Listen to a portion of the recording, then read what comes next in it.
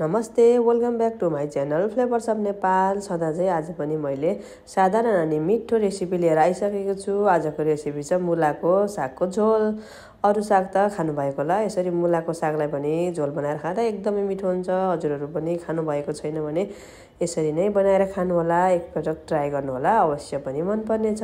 मलाई चाहिँ एकदमै मनपर्छ। यसरी कलिलो कलिलो मुलाको सागलाई मजाले सफा गरेर मसिनो गरी काटेर रस बनाउँदाखेरि एकदमै मिठो हुन्छ। अनि यो मुलाको साग एकदमै हेल्दी पनि मानिन्छ। यो हरियो हरियो यसरी नै फाल्नुभन्दा मैले चाहिँ यसरी सुप बनाएर खाने गर्छु। हजुरहरू पनि एकचोटि ट्राई गर्नुहोला, कस्तो लाग्छ। मन पर्यो भने कमेन्ट गर्नुहोला, मन परेन भने पनि कमेन्ट गर्नुहोला। सबै आफूलाई चाहिने मात्रामा काटिसकेपछि यसरी कराईमा तेल, यसमा मैले अलिकति धनियाँ अनि मेथी, अलि मलाई मनपर्ने कालो जिरा राखिदिएर फुराएँ। अलिकति तोरीको दानालाई पनि राखेँ। सुकेको खोर्सानीलाई पनि स्वादअनुसार राख्ने। यसको मेन इन्ग्रिडियन्ट्स भनेको चाहिँ मकैको पिठो। हामीलाई मकैको पिठो 1 चम्मच 2 चम्मच कति मात्रामा सुप राख्ने हो त्यही अनुसार चाहिन्छ।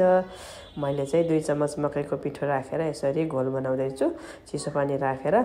अनि यो घोल चाहिँ आफूलाई चाहिने मात्राको सुप कति चाहिने हो त्यही अनुसारमा मकैको पिठो घोलेर एकैचोटि सुप राख्दा पनि हुन्छ, डल्ला पर्दैन त्यसो गर्दा। अनि यसरी बनाउँदा पनि मैले भिडियो चाहिँ यसरी बनाएको छु। यसरी बनाउँदा पनि मिठो बन्छ। अनि यसरी मकैको पिठोलाई चाहिँ तेलमा यसरी एकछिन फ्राई गरिसकेपछि, एकछिन चलाइसकेपछि यसरी चिसो पानी राखिदिने। अनि यसमा डल्लाहरू चाहिँ बस्न नदिने, मजाले चलाइरहनुपर्छ। मेरो चाहिँ तातो पानी झुक्केर तातो पानी राखिहालेँ। अनि यसरी डल्ला बसिगयो। अब यसलाई मजाले यसरी फिट्नुपर्छ। हजुरहरूले चिसो पानी नै राख्नु होला कि त अगाडि नै आफूलाई चाहिने मात्रामा मजाले पानीमा मिक्स गरेर राख्नु होला एकैचोटि। अनि यसरी अलिकति बेसार पनि राखेँ, कलर अलिक राम्रो देखियोस् भनेर। भिडियोमा त यसो राम्रो देखेपछि मात्रै खाउँ लाग्ने देखिन्छ, के गर्नु र, नत्र त सागमा बेसार नराख्दा पनि हुन्छ। स्वादअनुसार नुन राखेँ। अनि मजाले यो आफूलाई चाहिने मात्रामा सुपलाई चाहिँ यसरी मिक्स गरिदिने, चलाइदिने। मैले यो डल्लै छ, तर अहिले पाकिसक्दा एकदमै राम्रो बनिन्छ। अनि यसरी यतिको भइसक्यो हेर्नुहोस् त। अब काटेर राखेको मुलाको सागलाई पनि राख्ने। यो मुलाको साग चाहिँ त्यति धेरै नगर्ने हुनाले आफूलाई कति चाहिने हो त्यही मात्रामा मात्रै लिनु होला। यो चाहिँ अरू साग जस्तो धेरै गर्दैन।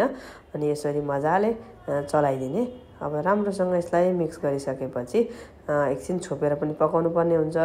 अनि यसरी मकैको पिठो राखेर बनाइएको यस्तो सुप चाहिँ एकदमै मिठो हुन्छ। यसको लागि हामीलाई दाल पनि चाहिँदैन, खानाको लागि चटनी। अनि यति भएपछि चाहिँ यसको सुप भएर यो साग भएपछि एकदमै मिठो हुन्छ। हेर्नुहोस् त, अघि डल्ला थियो, अहिले पाक्दै चलाउँदै गइसकेपछि डल्ला पनि हटिसक्यो। अनि यसरी छोपेर एकछिन पकाउनु लागि छोडिदिने।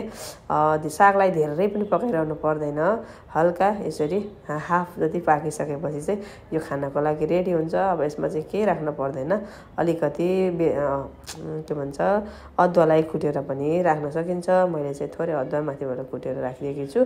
अनि यसमा अब अलिक सेतै छन्। अनि मैले चाहिँ यसको कलरको लागि सुकेर राखेको टमाटर हुन्छ, त्यो चाहिँ भिडियो गर्न पाइनँ। सुकेर राखेको टमाटरलाई झिक्नुभन्दा अलिकति अगाडि मजाले पिसेर राखेर यसरी मोलिदिएको थिएँ। अनि रातो कलर पनि भइसक्यो। अब खानाको लागि मैले यसरी सर्भ गर्छु। हेर्नुहोस् त, कस्तो मजाले लपक्क परेको मुलाको सागको झोल पनि तयार भइसक्यो। हामीलाई चाहिँ दाल चाहिँदैन, आवश्यक पर्दैन। यसमा हामीलाई चटनी भयो भने ठिक छ, नभए पनि यत्तिकै एकदमै मिठो हुन्छ। मैले चाहिँ यसरी बनाएर खान्छु। हजुरहरू पनि ट्राई गर्नुहोला, कस्तो बन्छ। अनि मन पर्यो भने लाइक, सेयर अनि कमेन्ट पनि गर्नुहोला, सब्सक्राइब पनि गर्नु।